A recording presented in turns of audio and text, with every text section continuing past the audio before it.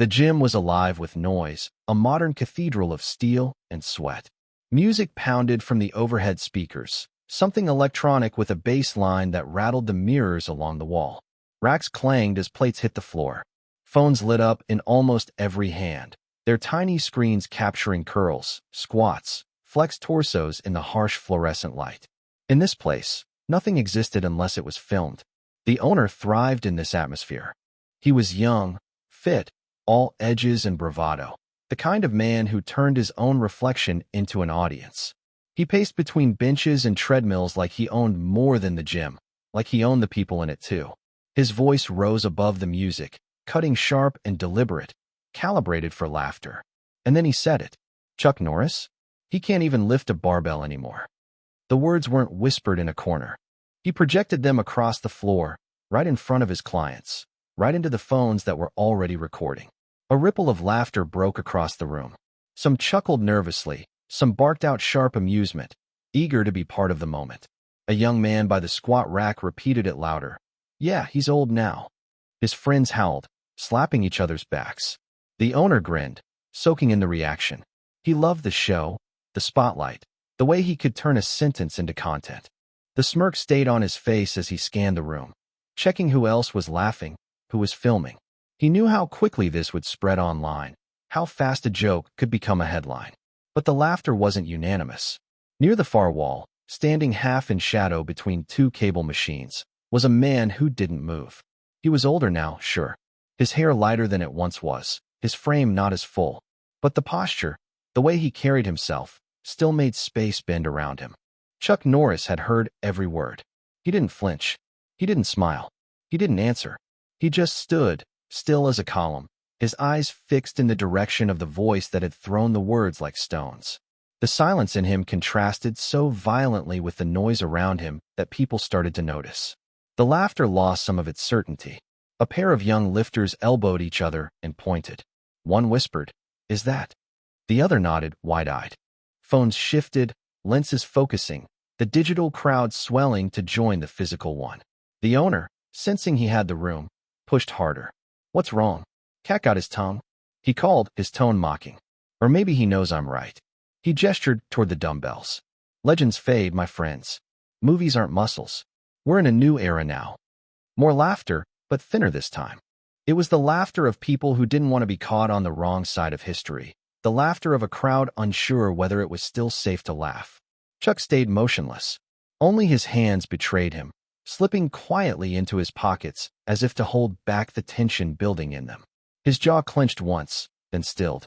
He kept his gaze steady. The quiet stretched long enough that even the music seemed to fade behind it.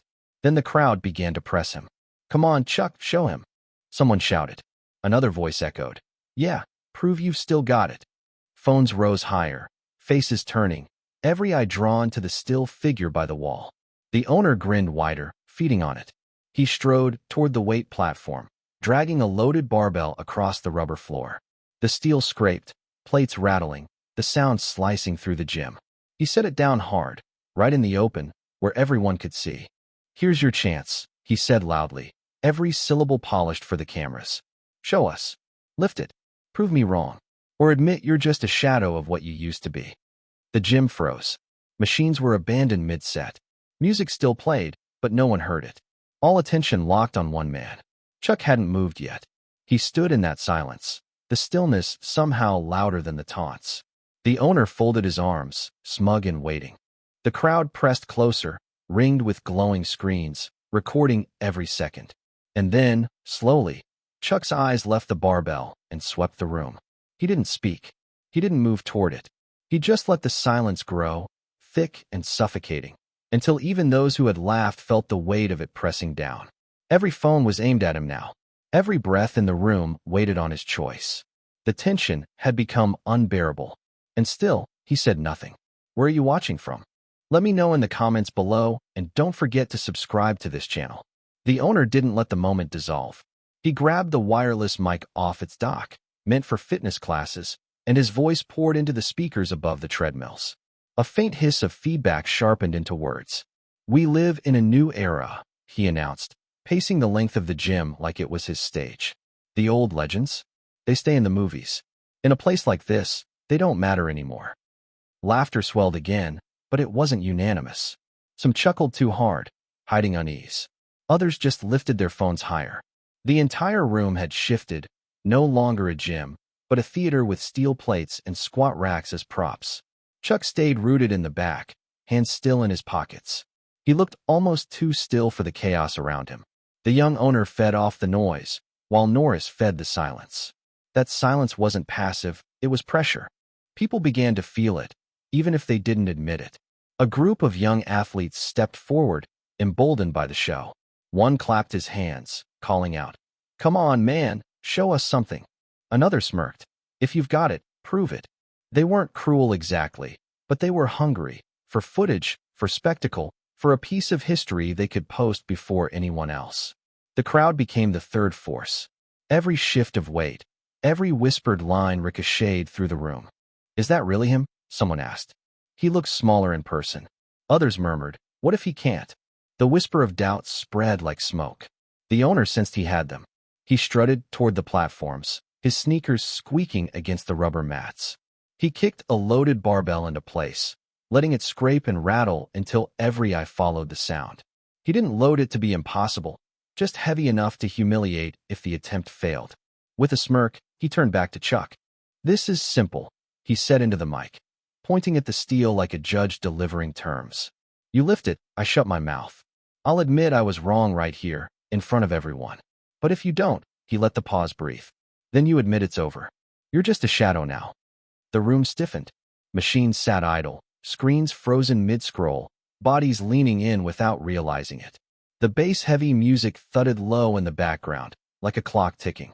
Even the fans who had laughed began to sense the cruelty in the performance. Phones hovered higher, dozens of glowing rectangles aimed at Chuck. The comments on one live stream moved so fast they blurred. "Do it," "Washed up," "Legend," "Prove it." The internet was already watching, even before anything happened. Chuck raised his head slowly, scanning the faces. He didn't look at the bar first. He looked at them, the crowd, every smirk and every flicker of doubt. His eyes passed over the owner last. The difference between them was stark. One filled the room with noise, the other with silence. And then the voices started again. "No speeches," someone shouted. "Lift or pass." Another voice, sharper. "Yeah, prove it, old man." The words cut across the gym, bouncing from mirror to mirror.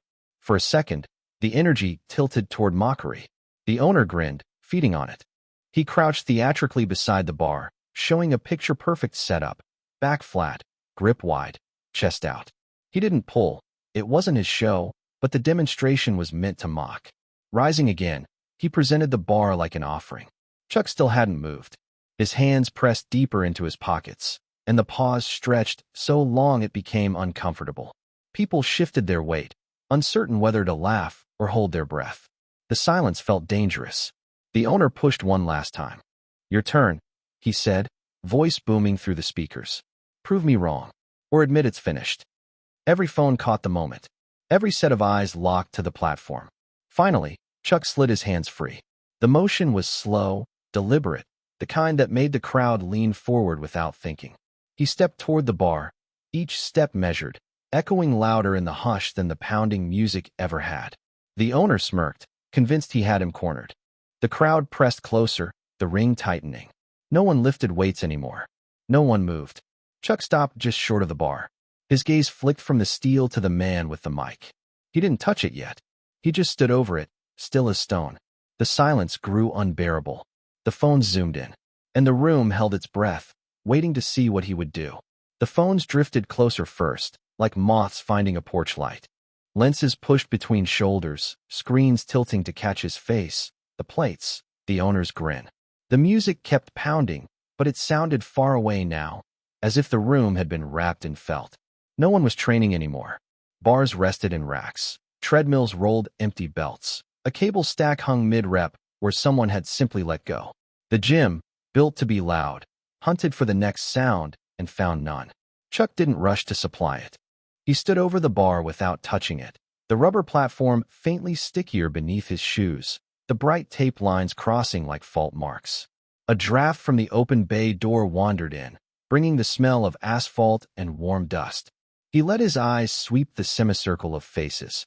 Excitement disguised as cruelty, cruelty disguised as curiosity, a few quiet pockets of discomfort trying not to be seen. The owner waited just outside that circle. Mike relaxed at his side, rehearsed casualness hiding the way his jaw had set. "Clock's ticking, man," someone said, aiming for a laugh that didn't quite arrive. Another voice, nervy and eager, "Let him talk. Then lift." That compromise satisfied no one. The crowd wanted a clean arc. Provocation, reply, verdict. Anything else would feel like theft. Chuck took a breath, slow enough to be visible. He nodded once, not to the owner but to the room, as if accepting the terms of a game he hadn't asked to play. When he spoke, his voice didn't ride the speakers. It forced people to lean in. "Weight doesn't lie," he said. "People do, especially when they're afraid of getting old." It wasn't a punchline. It wasn't defensive. It was the kind of sentence that gets heavier after it lands. The nearest phones wobbled. Their owners adjusted grips. Behind them, a trainer set her clipboard down and folded her arms as if the air had gotten colder. The owner raised the mic in an easy half shrug. "That's poetry," he said, smiling toward the cameras. "We're here for physics." He gestured to the knurled steel like a game show prize. "Let's see it." A small cheer tried to form and died, embarrassed by how shrill it sounded. Silence claimed the floor again, the kind that magnifies small details. A single plate vibrating against its neighbor, the click of a phone case, somebody's gum popping and then stopping dead. Chuck looked back at the bar. His hands stayed at his sides. "Strength isn't how much you can throw over your head," he said, evenly. "It's keeping yourself when someone tries to strip you down." The words cut cleaner than the room expected. It wasn't moralizing. It felt like inventory. Heads tipped. A woman near the dumbbells blinked hard, as if surprised by the heat behind her eyes. Somewhere in the background the HVAC unit kicked on, a soft rush over steel and skin. It rattled, a bright mechanical chatter that ran up the mirrors and back. He took 2 exaggerated steps away, palms out, as if he'd created a neutral space where nothing was neutral. The crowd's voice divided cleanly now. Show me hunger on one side, a quieter, steadier attentiveness on the other. The second group didn't shout, it watched. Watching can be louder than noise. Chuck slid his jacket off. It was not a flourish, it was housekeeping. The room reacted like it was a curtain drop. The fabric caught his shoulders and then left them, revealing forearms marked more by time than vanity. Tendons like old cables, a thin white scar over one wrist that a few people recognized and couldn't place. He folded the jacket once and set it on the platform edge, squared, deliberate. The owner's smile widened into satisfaction. It was finally becoming the clip he'd wanted. He took a neat step to the side to keep both men framed for the screens. He didn't notice how many phones had drifted away from him to center more fully on the man he'd tried to shrink. Chuck rubbed his palms together, not chalking, just waking the joints. He wiggled one finger as if it had gone to sleep. Then he bent, not down, not yet, just enough to mark the hinge, and lifted his chin to look at the crowd one more time. "This is a gym," he said, "not a courtroom. You don't need a verdict. You need an example." It didn't feel like a speech. It felt like a boundary. "Then set one," the owner said, voice still smooth, but the mic betrayed a dry edge he hadn't planned. Chuck stepped to the line. His heels found their place without him staring at them. Feet under hips, toes slightly out. Small things, learned when nobody was watching. He closed his eyes for a breath and let it go. The noise in the room condensed. The bass seemed to fall away, leaving only the thin top of the track and a far-off hi-hat counting time. Weekday traffic hummed outside, blurring into a steady underline. Inside, bodies eased forward a fraction, making a ring more honest than any the owner had drawn with words. He hinged at the hips, hands dropping to hover over the bar, not touching, reading the knurling with the pads of his fingers through a whisper of air. Shoulders down, lats engaged, the unglamorous work of getting ready. A boy near the front, filming at chest height, realized he had been holding his breath and exhaled too loudly. He smiled, embarrassed, and kept filming. "Come on, Chuck," someone whispered, almost prayerful. It wasn't a dare anymore. The owner stayed quiet for once. He didn't know why. Maybe the room had taken something back. Chuck's fingers opened and closed once, measuring their own steadiness. He set his grip, no hunting around, no fidgeting. thumbs locked, knuckles whitening just enough. His back flattened, the slow roll of alignment visible like a blueprint being pulled taut. He looked neither heroic nor broken. He looked like a man doing a thing he'd done 1,000 times, one more time. The bar waited, dumb and incorruptible. He took in air and packed it, the belly expanding against the belt he didn't wear. His eyes fixed on a nothing point just past the far mirror, a place to pull toward instead of up. A bead of sweat slid from his hairline, traced his cheek, hung from his jaw, and fell to the platform with a soft the phones didn't catch. Now, someone whispered, and nobody knows who it was. Chuck wrapped his hands around the steel. The knurling kissed the skin. The room stopped being a room and became a held breath. The phones hovered so close they looked like lanterns in the dark. Every screen locked on the same point. Chuck Norris, standing over the loaded barbell. The gym, once deafening with music and clanging plates, now felt like a theater at intermission, restless, waiting, airtight with heat. The bass still pulsed from the ceiling speakers, but it sounded far away, like a heartbeat buried under tension. "Come on, old man," the owner barked, making sure every microphone caught him. His grin was wide, but his eyes flickered. "Show us what you've got left." Chuck lowered his hands. His grip closed on the steel, fingers digging into the knurling like he'd done 1,000 times before. No theatrics, no bounce, just the deliberate patience of a craftsman. He braced his spine, filled his lungs, and pulled. The bar resisted. Plates rang against the sleeves, clinging to the ground as if they belonged there. For a heartbeat, it looked as if nothing would move. Then the steel peeled free, slow, grudging, like earth giving up a root. The crowd's noise collapsed. No laughter now, no shouts, only silence sharpened by a dozen shallow breaths. A woman near the front muttered "Jesus" without realizing. Someone else whispered, "He's doing it," and their phone shook in their hand. Chuck rose steady, shoulders drawn back, face composed. It wasn't easy, the tremor in his arms gave that away, but it was honest. Every inch carried the weight of years, not just the bar. The owner tried to chuckle, forcing it. "Not bad," he said too loudly. "But that's just warm-up weight." His smile worked hard, waiting for permission from the crowd that didn't come. At the top, Chuck didn't pose. He didn't roar or throw the bar down. He simply stood, breathing in through his nose, exhaling slow, as if measuring time itself. Then, with the same care, he lowered the bar back to the platform. No slam, no drama, just control. He stepped away, leaving the steel to settle. His voice was calm, unamplified, but it reached the far corners. "You wanted a show," he said. "I never trained for shows." The words hit differently than the lift itself. Half the room erupted into applause, clapping with the shock of having witnessed something real. The other half booed, hungry for failure, for spectacle, for blood. The split was violent, cheers and jeers colliding in the rafters. The owner's grin faltered for the first time. He forced it back, lifting the mic. "Cute philosophy," he said, but the line was thinner now. That wasn't heavy. In real form, you'd never last against younger guys. The crowd turned on him quickly. "Give him a real challenge," someone yelled. "Add weight," another shouted. "Put it up or shut up." The noise snowballed. The room no longer belonged to him.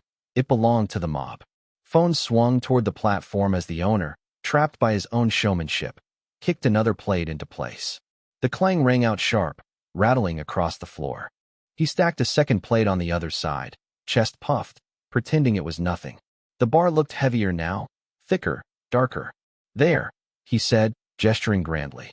"This is where words end." The crowd roared its approval. Even those who had doubted Chuck earlier leaned forward, craving resolution. But Chuck didn't move. He looked at the bar once, then lifted his eyes back to the man with the microphone. "The real challenge isn't iron," Chuck said, each word deliberate. "It's looking another man in the eye and not looking away." The gym froze. The sentence sliced through the tension cleaner than any lift. A hush spread like a wave, nervous laughter dying in throats, applause stalling mid-clap. Even those still filming lowered their phones an inch, surprised by how heavy the silence felt. The owner let out a laugh, but it cracked in the middle. "Nice fortune cookie," he sneered, trying to reset the tone. But the crowd wasn't with him anymore. Too many eyes had shifted, away from him, toward the man he was trying to belittle. He couldn't let it end there. not with silence hanging like a verdict. So he stepped onto the platform himself. Phone snapped upward to catch it, lenses wide, breath quick. The owner squared his feet, chalked his palms, and crouched dramatically over the heavier bar. His grin returned, but this time it strained at the edges. "Here's your example," he said, locking eyes with the steel as if it were an enemy. He yanked at the bar, jerking it off balance. The plates rattled angrily. He reset, braced again, and pulled. Harder, faster, desperate to prove. The weight moved, grudging, but his body betrayed him. His arms shook, quads trembled, and sweat carved a line down his cheek. The crowd surged closer, half cheering, half holding its breath. Chuck didn't flinch. He watched from the edge of the platform, silent, steady, as the owner's bravado turned into visible struggle. The bar wavered at his knees. His fingers whitened, his back quivered. He gritted his teeth, but his smile had vanished. And in that moment, the crowd realized he might not have control at all. The bar shook at the owner's knees, quivering between rising and falling. His jaw clenched, teeth bared in something that wasn't a smile anymore. Sweat ran into his collar, darkening the fabric, the sound of his strained breath cutting through the thump of the music. The crowd pressed tighter, phones angling for the moment, failure or triumph. It didn't matter which, as long as it was sharp enough to go viral. Shouts rose from every side. "Up! Come on! You got it! Don't quit now!" But underneath the cheers was another current, one that didn't belong to him. It belonged to the man standing just off the platform, still and composed. Some voices had already turned. "Let Chuck try it," someone yelled. "Give him the real test." The owner jerked his head at the noise, almost losing his grip. His eyes darted toward the sound, then back to the bar, terrified to let it go. His body wavered, and in that instant the crowd understood that bravado had turned into survival. Chuck didn't move. His expression hadn't changed. He looked neither impressed nor cruel, only present. He let the silence around him speak, and the silence did what words couldn't. It divided the room. The owner tried again, pulling with a guttural grunt that bordered on desperation. The bar rose another inch, maybe two, then stalled. His face went red, veins carving lines at his temples. He was performing, but the performance had slipped. This was real, and the crowd knew it. "Careful!" someone shouted from the back. The warning felt out of place in a room built on mockery, but it echoed louder than the laughs. A woman near the mirrors lowered her phone, uncomfortable now, as if filming had become complicity. Chuck stepped a fraction closer, his eyes steady on the man locked in struggle. But he still didn't interfere. The message was clear. Strength was not about stepping in too early. The owner tried to recover his voice, straining words between breaths. "See, easy for me." The lie rang hollow. His arms trembled, the weight dragging him down in front of everyone. And then Chuck spoke, not to mock, not to preach, just plain and calm. "You've already lost, and it isn't the bar that beat you." The words sliced the air. Gasps ran across the crowd. Phones caught every syllable, the microphones replaying his voice with a strange gravity that no amplifier could fake. The owner froze for half a heartbeat, enough for the bar to dip. He roared, jerking it back up, face twisted, but the noise from the room wasn't applause anymore. It was split. Some screamed for him to finish, others yelled for Chuck, others simply stood caught between admiration and discomfort. The room had turned into a trial, but the jury no longer agreed what victory looked like. The owner staggered, managing to lower the bar hard against the platform with a crash that rang through the building. He straightened, chest heaving, sweat pouring down, his grin now a grimace. He raised his arms as if to claim triumph, but the applause was thin. Too many had seen the truth in his struggle. He turned quickly, desperate to reclaim authority. "Fine," he spat, his voice hoarse but still loud through the speakers. "You lifted something. I lifted more. But don't fool yourselves. This man can't last against the young. He can't do what we can do. He's finished." The crowd didn't answer with agreement. It answered with demands. "Let Chuck try it. Give him the heavy bar. Prove it." The owner blinked, realizing the script had slipped from his hands. The audience had turned from spectators into authors, shouting for the scene they wanted. He looked around, lips tight, but every direction held phones and expectant eyes. Chuck raised his chin slightly, as if considering. He didn't touch the bar. Instead, He looked at the crowd and then back at the man who had mocked him. His voice was quiet, but it rang clear enough to hush the noise. "The real challenge," he said, "isn't iron. The real challenge is looking someone in the eye and not looking away." The words landed heavier than the plates. The crowd stilled for a moment, caught in the sharpness of it. It wasn't philosophy for applause. It was a blade turned toward the man who had turned this gym into an arena. The owner's laugh was brittle. "Big words," he said, though his voice cracked. He gestured at the loaded bar with false bravado. "Iron doesn't lie. Words do. Watch this." And with that, he crouched again. His hands gripped the steel, already raw from the first attempt. His body jerked forward, reckless with the need to reclaim control. The crowd, half cheering, half jeering, leaned in closer. But this time, it was different. His shoulders buckled, his breath ragged, and the bar clung to the ground as if welded there. His arms shook, his back trembled, but he kept pulling. And from just off the platform, Chuck watched without moving, calm, steady, waiting. The crowd didn't know if they wanted him to succeed or fail. They only knew they couldn't look away. The second attempt was doomed before it started. The owner set his stance, chalked palms against the knurling, tried to summon the image of control. But urgency had replaced form. He jerked the bar like it owed him something. The plates shuddered, scraping his shins, vibrating up the collars. The weight barely left the ground before stalling halfway. The crowd felt it immediately. Phones tilted closer, breaths hitched, music shrank into background noise. His face reddened, veins standing out along his temples, jaw clenched so tightly it looked painful. He was no longer performing. He was fighting not to collapse. "Up! Push it!" someone shouted. Another voice, lower, uneasy. "Drop it before you hurt yourself." The words clashed above the thudding bass. The bar trembled in his hands, wrists straining, knees buckling inward. His breath came in ragged bursts, shallow and panicked. A sound escaped him, a grunt that betrayed fear more than power. Chuck stepped forward a single pace. Not aggressive, not dramatic, just close enough to be there. His eyes locked on the wobbling bar, watching every misaligned inch. He raised one hand slightly, as if preparing to catch time itself. The owner gave one last jerk, forcing everything into a desperate heave. For a split second the bar rose. Then gravity claimed it. His shoulders caved, grip loosening. The plates tipped toward disaster. Chuck moved. No hesitation, no flourish. His palms caught the steel just outside the owner's hands, steadying its fall. Together, they guided it back down, plates kissing the platform with a heavy thud instead of a crash. Silence broke for a second, then the room detonated. Cheers, gasps, nervous laughter, even a few boos that dissolved under shame. Notifications pinged from dozens of live streams.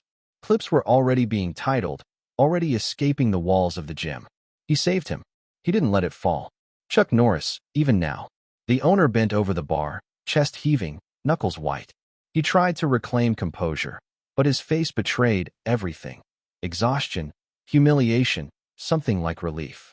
He straightened slowly, gripping the steel with one hand as if to prove he hadn't lost it entirely. But the crowd had seen. Pride had turned into dependence, and everyone knew it. Chuck stepped back, calm, giving him space.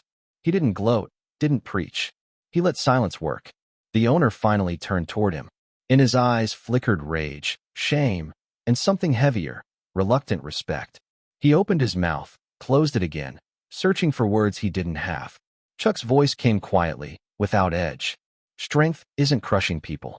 It's stopping them from being crushed. The line landed heavier than the bar itself. For the first time all day, the crowd didn't roar. It exhaled, slow, collective, like a body realizing what it had just seen. Applause followed, but softer, weightier, not entertainment, but acknowledgement. The owner stared at him, lips pressed thin. Finally, barely audible, he muttered, "Thank you." It wasn't for the crowd. It was only for the man who had kept him standing. Chuck nodded once. He reached for his jacket, brushed off the chalk, and draped it over his arm. Phones followed him as he walked toward the bay door, sunlight spilling in, carrying the smell of asphalt and warm air. Someone near the desk shouted, "This is going viral." Dozens of heads bent toward screens, comments flooding in. Respect. Legend. He showed what real power is. Chuck paused at the threshold. Not to pose, not to feed the cameras, just to look back once at the room that had turned spectacle into a lesson. His words came low, steady, but every mic caught them. True strength, he said, is helping the one who tried to tear you down. The crowd froze in the weight of it.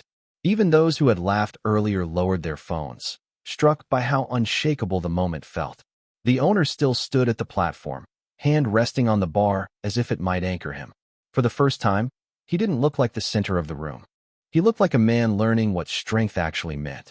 Chuck stepped into the sunlight and was gone.